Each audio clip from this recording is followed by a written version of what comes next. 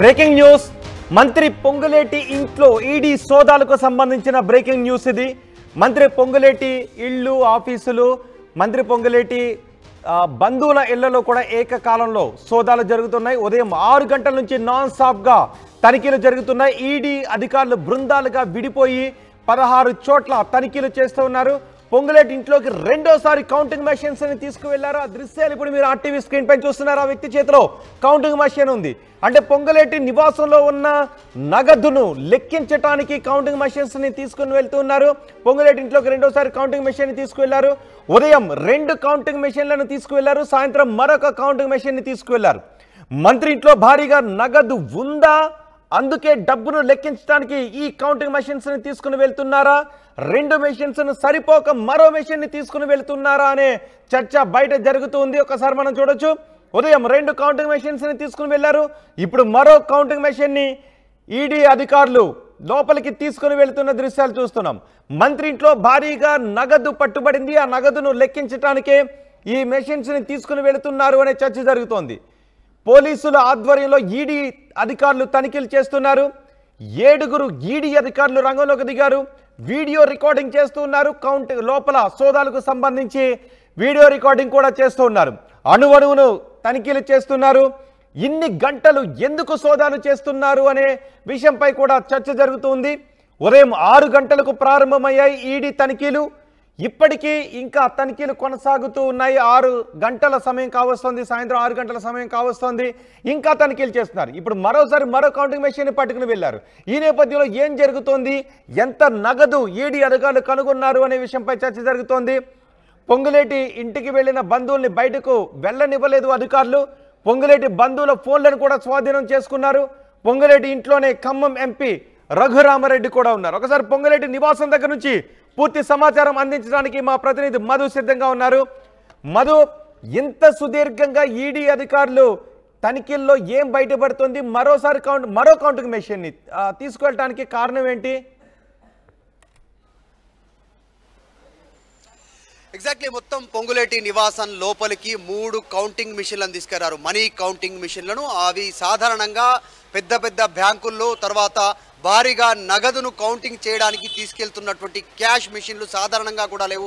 చాలా పెద్ద ఎత్తున క్యాష్ని కంటిన్యూగా నాన్ స్టాప్గా కౌంటింగ్ చేయడానికి వాడేటువంటి చాలా అత్యాధునికమైనటువంటి కౌంటింగ్ మనీ మిషన్స్ అవన్నీ కూడా లోపలికి తీసుకెళ్లారు. మొత్తం 3 మిషన్లలో ఒక మిషన్ ఖరాబ్ కావడంతో మళ్ళీ రిటర్న్ తీసుకొచ్చి దాన్ని బయటికి తీసుకెళ్లారు. ఉదయం నుంచి విస్తృతంగా సోదాలు చేస్తూ ఉన్నారు. పొంగులేటి నివాసంలో మొత్తం 7 ఈడీ అధికారుల బృందం స్థానిక పోలీసులతో వీడియో రికార్డింగ్ సాక్ష్యం ఆధారంలో కౌంటింగ్ చేస్తూ ఉన్నారు. మనం పొంగులేటి శ్రీనివాస్ రెడ్డి కూతురు స్వప్ని రెడ్డి ఆయన అల్లుడు ఉంటున్నటువంటి నివాసానికి సంబంధించినటువంటి ఇన్సైడ్ విజువల్స్ చూస్తూ ఉన్నాం. పోలీసు సిబ్బందితో పాటు సెంట్రల్ ఫోర్సెస్ ఇక్కడ ఉన్నాయి. పైన ఉన్నటువంటి ఒక్కసారి నివాసం తలుపుల వైపు చూస్తే ఉదయం నుంచి తలుపులు తెరవలేదు.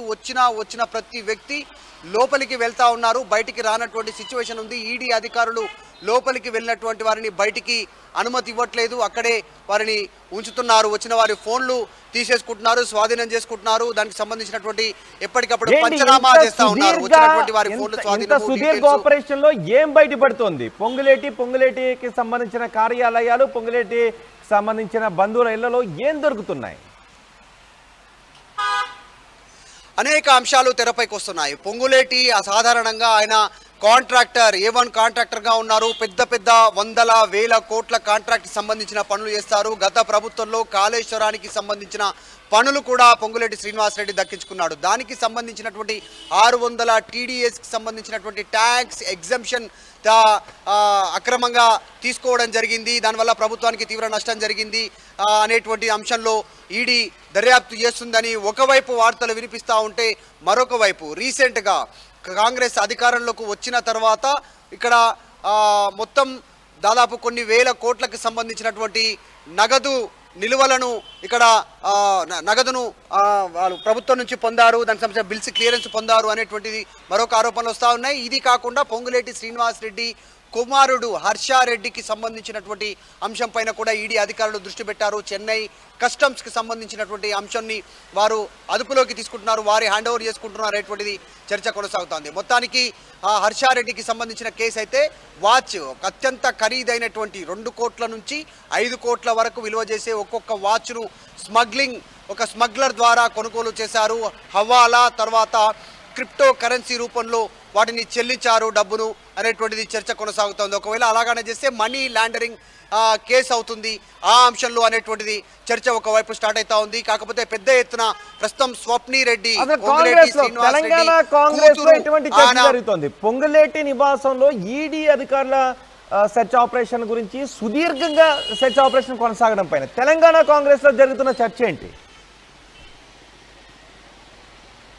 ఎగ్జాక్ట్లీ తెలంగాణ కాంగ్రెస్ పొంగులేటి శ్రీనివాస్కి అండగా నిలబడే ప్రయత్నం చేస్తూ ఉంది. కాంగ్రెస్ అధికారంలో ఉన్నటువంటి రాష్ట్రాలలో సాధారణంగా కాంగ్రెస్ మంత్రులపైన నాయకులపైన ఈడీ అటాక్ చేస్తుంది, అదంతా మనకు తెలిసిందే అనేటువంటిది వాళ్ళు కొట్టిపారేస్తూ ఉన్నారు. పొంగులేటి శ్రీనివాస్ రెడ్డి మాత్రం మినిస్టర్ క్వార్టర్స్లో ఉన్నారు. మినిస్టర్ క్వార్టర్స్లో ఉదయం నుంచి అక్కడే ఉన్నారు. అత్యంత సన్నిహితులతో కుటుంబ సభ్యులతో ఆయన భేటీ అవుతూ ఉన్నారు. పొంగులేటి శ్రీనివాస్ రెడ్డి సొంత సోదరుడు కూడా మినిస్టర్ క్వార్టర్స్కి అధికారిక నివాసానికి చేరుకున్నారు. పొంగులేటి శ్రీనివాస్ రెడ్డితో భేటీ అవుతా ఉన్నారు. ఎక్కడెక్కడ సోదాలు జరుగుతూ ఉన్నాయి, ఏ అంశాలను ఫోకస్ చేస్తూ ఉంది ఈడీ, అసలు ఏం చేద్దాం అనేటువంటి అంశాలను తెలుసుకునే ప్రయత్నం చేస్తూ ఉన్నారు. ఎందుకంటే ప్రస్తుతం పొంగులేటి నివాసం సంబంధించినటువంటి లోపల ఇన్సైడ్ పూర్తిగా ఈడీ అధికారుల ఆధీనంలో ఉంది. ఇక్కడ ఎవరిని అనుమతించట్లేదు.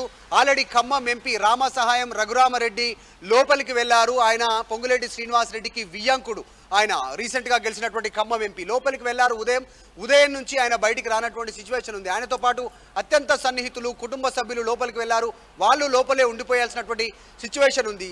దాంతోపాటు స్వప్ని రెడ్డి భర్త ఎవరైతే ఉన్నారో పొంగులేటి శ్రీనివాస్ రెడ్డి అల్లుడు కూతురు కూడా ఇదే నివాసంలో లోపల ఉన్నారు. ఆ నివాసంలో బయటికి కూడా రానివ్వట్లేదు. ఇన్సైడ్ లోపలనే ఉన్నారు. మొత్తం 3 అంతస్తులలో నిర్మించినటువంటి ఈ బిల్డింగ్లో ఎవరిని కూడా బయటికి వదలట్లేదు. సెక్యూరిటీతో సహా వ్యక్తిగతంగా లోపల పనిచేస్తున్నటువంటి పని వాళ్ళతో సహా ఇదే బిల్డింగ్లో ఉండిపోయినటువంటి సిచ్యువేషన్. అన్నీ బయట నుంచే వస్తాయని టీ బిల్డింగ్ కావచ్చు, టీ కావచ్చు, లంచ్ కావచ్చు, బ్రేక్ఫాస్ట్ కావచ్చు, అన్ని ఇక్కడ నుంచో బయట నుంచి తీసుకెళ్తా ఉన్నారు. లోపలికి కౌంటింగ్ మిషన్లను లోపలికి తీసుకెళ్లారు. మొత్తానికి పొంగులేటి నివాసంలో జరుగుతున్న సోదాలు ఇంకా ఎంతసేపు ఈ సోదాలు జరిగే అవకాశం ఉంది? మరి ఇంకా ఎంతసేపు ఈ సోదాలు జరిగే అవకాశం? 8 నుంచి 8:30 రాత్రి 8 గంటల 30 నిమిషాల వరకు కూడా ఈడీ సోదాలు కొనసాగేటువంటి అవకాశం ఉంది. విస్తృతంగా ప్రతి అణువు వాళ్ళు దీనికి సంబంధించిన సోదాలు నిర్వహిస్తూ ఉన్నారు. అన్నీ కూడా స్థానిక పోలీసుల వీడియో రికార్డింగ్ సాక్ష్యం ఆధారంగా వాళ్ళు పంచనామా చేస్తూ ఉన్నారు. డాక్యుమెంట్స్, నగదు, తర్వాత బంగారం, నగలు, ఇలాంటివన్నీ కూడా బ్యాంకుకి సంబంధించినటువంటి ఫిక్స్డ్ డిపాజిట్ సంబంధించిన డాక్యుమెంట్స్ ఏమున్నా వాళ్ళు స్వాధీనం చేసుకుంటారు. ఈడీ స్టైల్ అలా ఉంటుంది. ఈడీ ఎంక్వైరీకి సంబంధించి ఈడీ విచారణ ఆ రకంగా సాధారణంగా ఉంటుంది. ఇంట్లో ఇప్పుడు ఎంత మేర క్యాష్ ఉంది దానికి సంబంధించిన డీటెయిల్స్ వాటిని కౌంట్ చేస్తారు, వాటిని సీజ్ చేస్తారు. బంగారం ఎంతో ఉంది, నగలు, వారు వాడేటువంటి వాటిని సీజ్ చేస్తారు. ఇంకా ఇతరత్ర విలువైన వస్తువులు, వెండి కావచ్చు, డైమండ్ సంబంధించినటువంటి వస్తువులు కావచ్చు, ఇంటి పత్రాలు, ఫిక్స్డ్ డిపాజిట్, ఏ బ్యాంకుల్లో ఎఫ్డీలు ఉన్నాయి, లాకర్లు ఎందులో ఎన్ని బ్యాంకులో లాకర్లు ఉన్నాయి, వాటన్నిటికీ సంబంధించిన వివరాలు తెలుసుకుంటారు. ఒకవేళ వారు చెప్పిన వివరాలని నమోదు చేసుకుంటారు. చెప్పనటువంటి వాటిపైన కూడా ఫోకస్ చేస్తుంది ఈడీ. ఒక్కసారి దర్యాప్తు మొదలు పెట్టిందంటే ప్రతి అంశం పైన చాలా క్షుణ్ణంగా ఫోకస్ చేస్తారు. కాబట్టి ఈడీ అధికారులు ఫోకస్ చేస్తున్నారు. త్వరలోనే ఈడీ అధికారులు అధికారికంగా ఏమేమి సీజ్ చేస్తారు, ఏమేమి దీంట్లో వాళ్ళ దర్యాప్తులో ఏమేమి తేలింది అనేటువంటిది ఒక ప్రెస్ నోట్ విడుదల చేసేటువంటి అవకాశం ఉంది కొద్దిసేపట్లోనే. రైట్ మధు, మంత్రి పొంగులేటి ఇంట్లో ఉదయం 6 గంటల నుంచి నాన్ స్టాప్ గా తనిఖీలు జరుగుతున్నాయి. ఈడీ అధికారులు తనిఖీలు జరుగుతున్నాయి, సుదీర్ఘ తనిఖీలు జరుగుతున్నాయి. పొంగులేటి ఇంట్లోకి రెండోసారి మళ్ళీ కౌంటింగ్ మెషిన్ తీసుకుని వెళ్లారు. ఉదయం 2 కౌంటింగ్ మెషిన్స్ తీసుకెళ్లారు, సాయంత్రం మరొక కౌంటింగ్ మెషిన్ తీసుకెళ్లారు. దీంతో మంత్రి ఇంట్లో భారీగా నగదు పట్టుబడుతుందా, ఆ నగదును లెక్కించడానికి 3 మెషిన్స్ తీసుకువెళ్లారనే చర్చ జరుగుతుంది. మధ్యలో ఒక మెషిన్ పాడైతే మళ్ళీ దాన్ని ప్లేస్లో మరో దాన్ని రీప్లేస్ చేసినట్టుగా కూడా తెలుస్తోంది.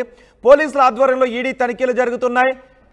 7 ఈడీ అధికారులు రంగంలోకి దిగారు. 16 చోట్ల ఈ తనిఖీలు జరుగుతున్నాయి. కౌంటింగ్ మెషిన్ని ఫస్ట్ తీసుకువెళ్ళిన దృశ్యాలు మీరు మొదటి బాక్స్లో చూడొచ్చు. తర్వాత 2వ కౌంటింగ్ మెషిన్, తర్వాత మళ్ళీ 3వ కౌంటింగ్ మెషిన్ కూడా తీసుకెళ్తున్న దృశ్యాలు మనం ఆర్టీవీ స్క్రీన్ పైన చూస్తూ ఉన్నాం. ఎవరిని కూడా బయటకు వెళ్ళనివ్వడం లేదు. పొంగులేటి ఇంటికి వెళ్ళిన బంధువులు ఎవరిని కూడా బయటకు వెళ్ళనివ్వడం లేదు. పొంగులేటి బంధువుల ఫోన్లను కూడా ఈడీ అధికారులు స్వాధీనం చేసుకున్నారు. పొంగులేటి ఇంట్లోనే ఖమ్మం ఎంపీ రఘురామరెడ్డి కూడా అక్కడే ఉన్నారు.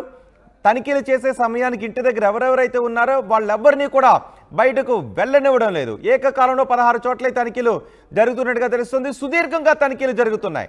ఉదయం 6 గంటలకి తనిఖీలు ప్రారంభమయ్యాయి. ఇప్పటికీ తనిఖీలు కొనసాగుతూ ఉన్నాయి. ఇంకా ఎంతసేపు ఈ తనిఖీలు కొనసాగుతాయి? బయటకు వచ్చిన తర్వాత ఈడీ అధికారులు